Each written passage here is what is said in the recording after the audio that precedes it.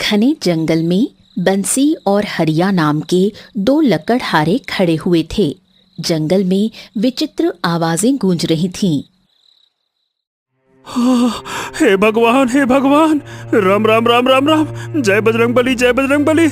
मेरी तो मती मारी गई थी हरिया, जो मैं तेरी बातों में आ गया। देख हरिया, अभी भी समय है, यहाँ से निकल ले। मैंने सुना है कि इस जंगल में कुछ समय से एक बड़े भयानक राक्षस का शासन है, जो मनुष्यों को देखते ही मारकर उनका खून पी जाता है। अरे तू बकवास बंद कर बंसी, इतना डरता क्यों है भाई? मैं हूँ ना तेरे साथ। हम दोनों के हाथ में है कुल्हाड़ी। अगर वो राक्षस सामने आया तो कुल्हाड़ी से चीर कर दो ठोकर देंगे। बात करता है तू, चल। अरे पगला उगला गया है क्या? बातें तो वैसी कर रहा है जैसे वो राक्षस नहीं कोई भैंस या बकरी या फिर लकड़ी हो, जिसको तू कुल्हाड़ी से काट देगा। अबे वो तुझे कच्चा खा जाएगा। हाँ। देख बंसी, जो लकड़ियाँ इस जंगल में मिलती है ना, वो बहुत अधिक दामों पर बिकती हैं। हम दोनों पर काफी कर्ज चढ़ चुका है और उसे चुकाने का केवल एक ही उपाय है, इस जंगल की लकड़ियाँ काट कर बाजार में बेचना। समझे ना? अब समय खराब मत कर, चल आगे बढ़। कुछ देर बाद दोनों एक ऐसे स्थान पर पहुंचे जहां विचित्र वृक्ष खड़े थे। उन वृक्षों का रंग चांदी जैसा सफेद था। ए हरिया, इन वृक्षों का रंग चांदी जैसा क्यों है?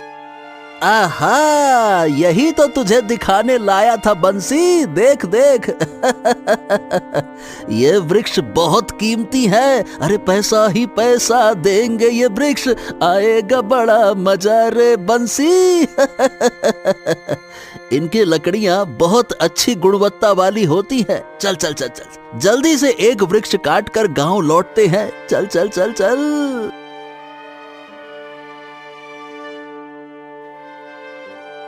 अचानक एक विचित्र चीख गूंजी। काले धुएं का गुबार उठा और वो धुआं एक राक्षस में परिवर्तित हो गया।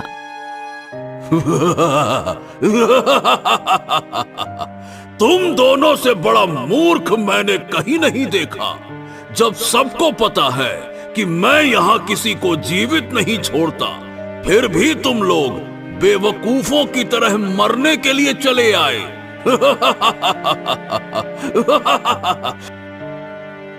राक्षस ने दोनों को पकड़ लिया और अगले ही पल उनका खून पीकर उन्हें मार डाला।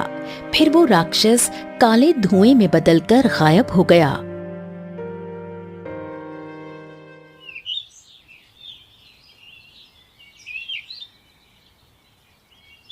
कुछ दिनों बाद चकियापुर गांव के नानक चाचा गांव की सीमा पर बैठे थे।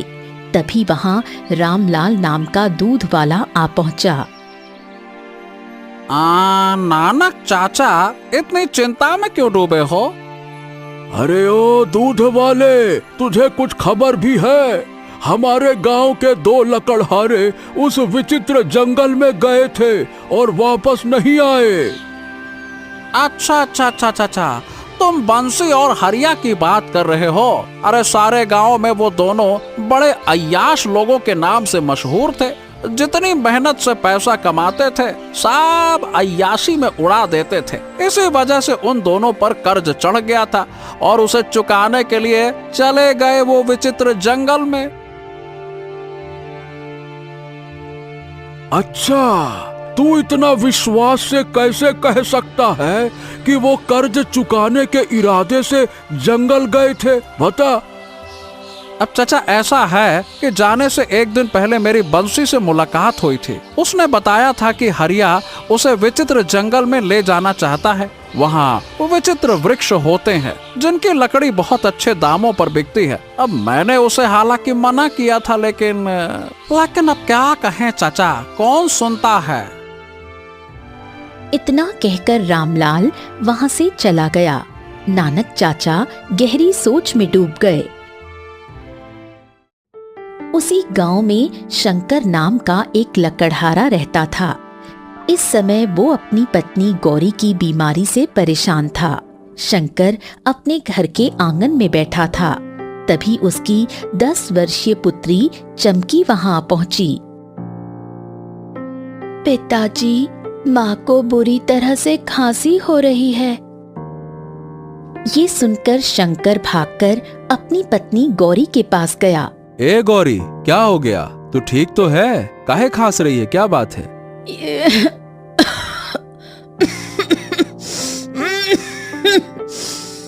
लगता है ये बीमारी मेरी जान लेकर ही छोड़ेगी। हो, तू चिंता मत कर, तू चल मेरे साथ। मैं तुझे वैद्य जी के पास ले चलता हूँ और उनसे पूछूंगा कि जो जड़ी बूटियां वो दे रहे हैं वो असर क्यों नहीं कर रही हैं। चल आजा। इतना कहकर शंकर अपनी पत्नी को वैद्य की झोपड़ी में ले गया। राम राम वैद्य जी, इतने लंबे समय से मेरी पत्नी का इलाज कर रहे हैं आप, लेकिन वो ठीक क्यों नहीं हो रही है? देखो शंकर, तुम्हारी पत्नी का इलाज एक विशेष जड़ी बूटी से हो सकता है, पर वो दूसरे राज्य में मिलती है और वो जड़ी बूटी 10 सोने के सिक्के में खरीदी जा सकती है, समझे? ये सुनकर शंकर चौंक गया। क्या? पर वैद्य जी, आप तो जानते हैं कि अपनी पत्नी के इलाज में मैं तो कंगाल हो चुका हूँ। अब 10 सोने के सिक्के मैं कहाँ से लेकर आऊंगा? अब ये तुम्हें मैं कैसे बता सकता हूँ कि कहाँ से लाओगे?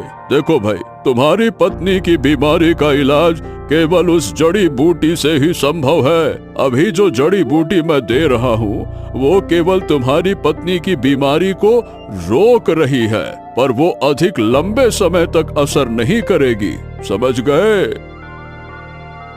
शंकर गहरी चिंता में डूब गया और अपनी पत्नी गौरी को लेकर अपने घर आया। पिताजी, माँ ठीक तो हो जाएंगी ना? हाँ, मेरी बेटी चमकी, तेरी माँ बिल्कुल ठीक हो जाएगी। आखिर आप 10 सोने की मुद्राओं का इंतजाम कहाँ से करेंगे? भगवान पर भरोसा रख गौरी, मैं कुछ न कुछ इंतजाम कर लूंगा। पिताजी, दीपावली का समय भी नजदीक है। क्या इस बार भी हमारी दीपावली अंधेरे में जाएगी? क्या इस बार भी हम दिए नहीं खरीद पाएंगे? ये सुनकर शंकर चौंक गया और अपनी बेटी का मन रखने के लिए बोला। अरे नहीं बेटा, नहीं।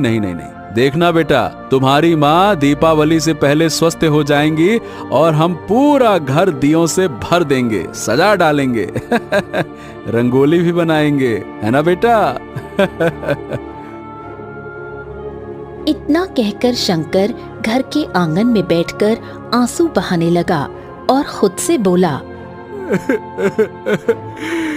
अब 10 सोने के सिक्के का इंतजाम कहाँ से करूं?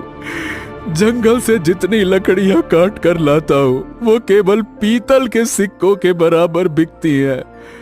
उन पीतल के सिक्कों को मिलाकर भी एक सोने का सिक्का नहीं बनता। क्या करूं भगवान, क्या करूं? कुछ देर बाद उसके मन में एक ख्याल आया। हाँ, अब एक ही उपाय है। मुझे विचित्र जंगल जाना होगा और वहाँ से सफेद वृक्ष को काटकर बाजार में बेचना होगा। उसी से इतना धन प्राप्त किया जा सकता है जिससे मैं अपनी पत्नी का इलाज करा सकता हूँ और अपनी पुत्री की आंखों में दीपावली के शुभ अवसर पर खुशी दे सकता हूँ और उसके लिए अच्छे अच्छे दिए खरीद के उसे दे सकता हूँ। हाँ, ये सही रहेगा।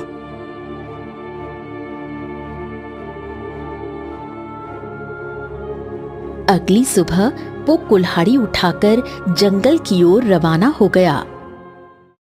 शंकर जंगल की सीमा पर पहुंचा ही था कि नानक चाचा उसे मिल गए। ए शंकर, ए भैया, कहाँ जा रहा है तू? चाचा, लकड़हारा हूँ, जंगल जा रहा हूँ लकड़ियाँ काटने। देखो भाई शंकर, गलती से भी उस विचित्र जंगल में मत जाना।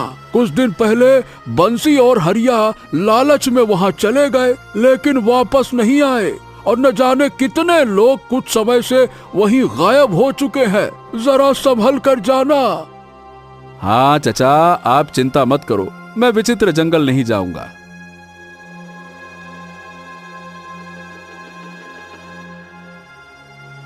फिर भी वो बहुत दूर तक चला और अंततः विचित्र जंगल के बीच में खड़ा हुआ था, जहां चारों ओर सफेद रंग के वृक्ष लगे हुए थे। शंकर एक सफेद वृक्ष के पास गया। हाँ, जल्दी से इस वृक्ष की लकड़ियां काट लेता हूँ। तभी अचानक काला धुआं फैल गया और उस धुएं ने एक राक्षस की आकृति धारण कर ली।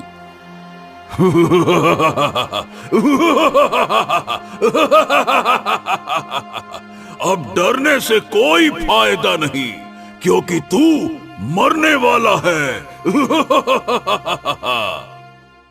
शंकर की आंखों में आंसू आ गए और वो विनती करते हुए बोला, देखो देखो, मुझे मत मारो। मेरी पत्नी बीमार है और मेरी एक पुत्री भी है। मुझे मत मारो, मैं तुमसे विनती करता हूँ। मुझे इससे कोई फर्क नहीं पड़ता। मैं तुझे तो हर हाल में मारूंगा और फिर खाऊंगा। शंकर हाथ जोड़कर गिड़गिड़ाने लगा, मैं बहुत मजबूरी में इस जंगल में आया हूँ। मुझे मत मारो, मुझे मत मारो, मत मारो, मत मारो मुझे। मैं तुमसे विनती करता हूँ। हर कोई यही कहता है, पर मैं जानता हूँ कि हर मनुष्य यहाँ लालच के इरादे से आता है। ठीक है, अगर तुम्हें मुझे मारना ही है तो मुझे कुछ समय दे दो। मुझे ये सफेद लकड़ियां काटने दो। मैं लकड़ियां बेचकर अपनी पत्नी का इलाज कराऊंगा और अपनी पुत्री को खुश देखने के लिए दीपावली पर घर सजा दूंगा। उसके बाद मैं यहाँ स्वयं वापस आ जाऊंगा और तुम मुझे मार देना, मेरा खून पी लेना। मैं मरने के लिए तैयार हूँ। बस ये मेरी आखिरी इच्छा पूरी कर दो, बस। ये सुनकर राक्षस कुछ क्षण शंकर को गौर से देखने लगा। तूने मुझे क्या मूर्ख समझा है क्या? कोई इतना ईमानदार नहीं होता कि मरने के लिए स्वयं तैयार हो जाए। देखो, अगर तुम राक्षस हो तो तुम्हारे पास जादुई शक्तियां भी तो होंगी। तुम अपनी जादुई शक्ति से मुझे परख सकते हो। मैं वचन देता हूँ कि मैं दीपावली के पास तुम्हारे सामने स्वयं आऊंगा और तब तुम मेरा खून पीकर अपनी प्यास बुझा लेना। लेकिन अभी मुझे जाने दो, बस। राक्षस ने शंकर की आंखों के आंसू देखे और कुछ देर सोचने के बाद कहा, ठीक है, तू पहला मनुष्य है जो इतने विश्वास के साथ बोल रहा है। चल ठीक है, मैं तुझे एक मौका देता हूँ, पर याद रखना, दीपावली के बाद तुम्हें यहाँ स्वयं आना होगा। हाँ, धन्यवाद। अब मैं वृक्ष की लकड़ियाँ काट सकता हूँ? हाँ, काट सकता है। वैसे भी तेरे पास दीपावली तक का ही समय है।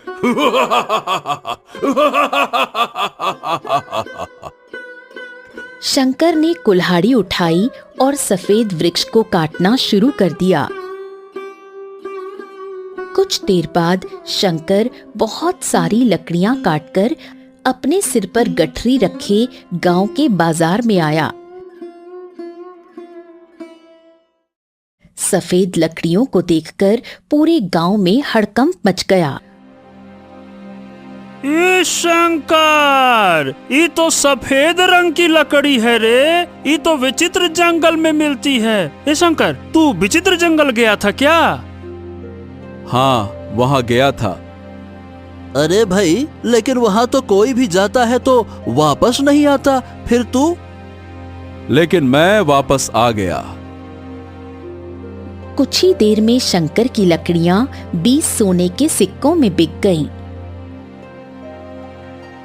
शंकर घर की ओर लौट रहा था कि तभी नानक चाचा दौड़ते हुए उसके पास आए। ए शंकर, ए शंकर, ए शंकर, मेरी बात सुन। पूरे गांव में चर्चा है कि तू विचित्र जंगल गया था और वहाँ से सफेद लकड़ी लेकर आया है। हाँ नानक चाचा, बात सच है। अरे लेकिन शंकर, उस जंगल में जो भी जाता है वापस नहीं आता। वहाँ एक राक्षस रहता है जो लोगों को मार देता है। उसने तुम्हें नुकसान नहीं पहुँचाया क्या? ऐसा कैसे हो सकता है?